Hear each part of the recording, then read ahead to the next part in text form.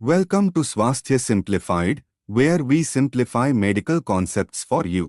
आज का टॉपिक है एस्थमा, एक ऐसी बीमारी जो बहुत कॉमन है, लेकिन फिर भी लोग इसको सही से समझते नहीं है।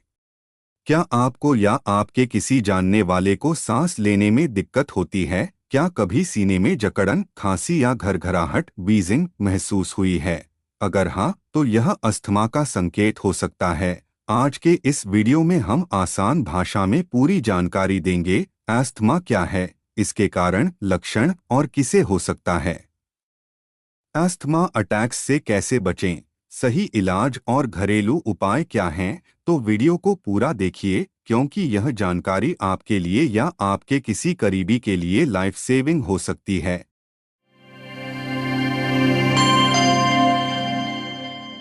एस्थमा एक क्रोनिक यानी लंबे समय तक चलने वाली सांस की बीमारी है। इसमें हमारे फेफड़ों की एयरवेज, श्वास नलिकाएं सूज जाती हैं और संकरी हो जाती हैं, जिससे सांस लेना मुश्किल हो जाता है।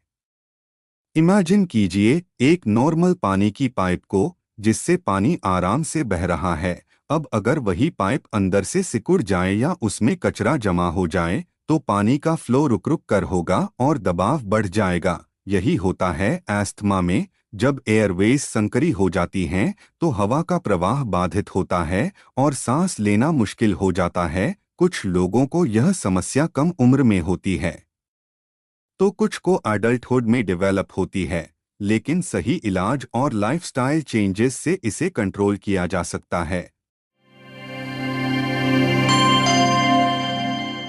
एस्थमा के कुछ कॉमन सिम्टम्स होते हैं जो पहचानने जरूरी हैं। सांस लेने में दिक्कत, ब्रेथलेसनेस, थोड़ी भी फिजिकल एक्टिविटी करने पर सांस फूलने लगती है।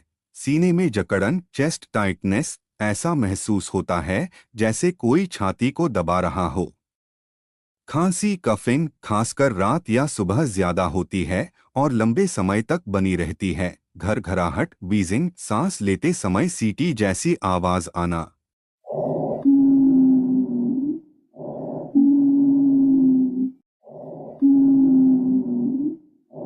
रात को सोते समय परेशानी, कुछ लोगों को लेटने के बाद ज्यादा खांसी और सांस फूलने की समस्या होती है। अगर ये लक्षण बार बार हो रहे हैं, तो इसे इग्नोर मत करिए। यह एस्थमा हो सकता है।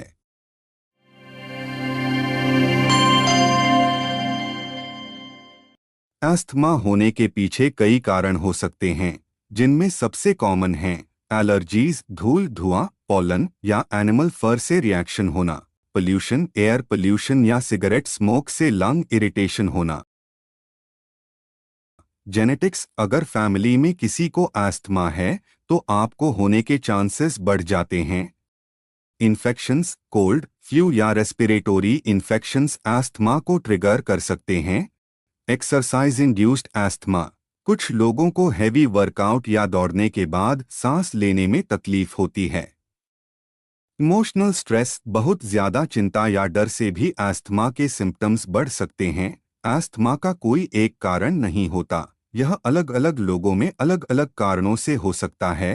एस्थमा कई तरह का हो सकता है, जो इसके कारण और सेवेरिटी पर निर्भर करता है। एलर्जिक एस्थमा एलर्जीज की वजह से होता है, जैसे धूल, धुआं, पराग, पॉलन या पालतू जानवर।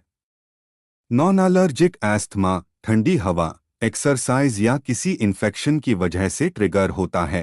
एक्सरसाइज इंड्यूस्ड एस्थमा ज्यादा फिजिकल एक्टिविटी करने से होता है। ऑक्यूपेशनल एस्थमा, कुछ केमिकल्स, गैसेस या वर्क प्लेस पोल्यूटेंट्स से होने वाला एस्थमा। सीवियर एस्थमा, यह नॉर्मल इन्हेलर्स से कंट्रोल नहीं होता और बार बार हॉस्पिटल विजिट्स की जरूरत पड़ती है। एस्थमा अटैक अचानक हो सकता है और यह बहुत खतरनाक भी हो सकता है, इसलिए सही समय पर सही कदम उठाना जरूरी है।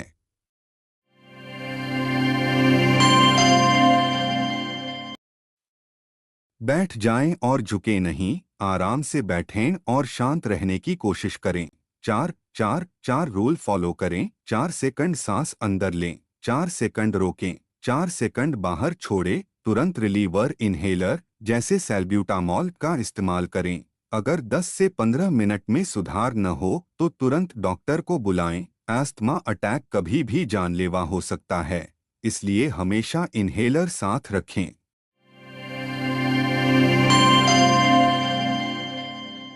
एस्थमा का कोई परमानेंट क्योर नहीं है, लेकिन इसे कंट्रोल किया जा सकता है। इन्हेलर्स ये सबसे इफेक्टिव तरीका है एस्थमा कंट्रोल करने का। रिलीवर इन्हेलर्स जब भी सांस फूलने लगे तुरंत रिलीफ देते हैं। प्रिवेंटर इन्हेलर्स रोज इस्तेमाल किए जाते हैं ताकि एस्थमा अटैक्स कम हो। मेडिसिन्स डॉक्टर एंटी इन्फ्लेमेटरी या ब्रोंकोडायलेटर्स प्रिस्क्राइब कर सकते हैं। लाइफस्टाइल चेंजेस धूल धुआं से बचें। पेट्स को बेडरूम से दूर रखें। ठंडी हवा और पोल्यूशन में मास्क पहनें। योगा ब्रीदिंग एक्सरसाइजेस अनुलोम विलोम और प्राणायाम करने से लंग्स मजबूत होते हैं। एस्थमा को लेकर बहुत सी गलतफहमियां हैं, आइए कुछ मिथ्स क्लियर करते हैं। मिथ इन्हेलर्स की आदत लग जाती है। नहीं, इन्हेलर्स लाइफ सेविंग होते हैं, एडिक्शन नहीं होता। मिथ एस्थमा सिर्फ बच्चों को होता है। नहीं, ये किसी भी उम्र में हो सकता है। मिथ अगर एस्थमा है तो एक्सरसाइज नहीं कर सकते। सही ट्रीटमेंट से आप एक्सरसाइज कर सकते हैं, बस एस्थमा ट्रिगर्स से बचें। एस्थमा होने का मतलब ये नहीं कि आप नॉर्मल लाइफ नहीं जी सकते। सही ट्रीटमेंट लें, ट्रिगर्स से बचें। इन्हेलर हमेशा साथ रखें। रेगुलर चेकअप्स कराएं। अगर आपको ये वीडियो इन्फॉर्मेटिव लगी तो लाइक, शेयर और सब्सक्राइब करना न भूलें।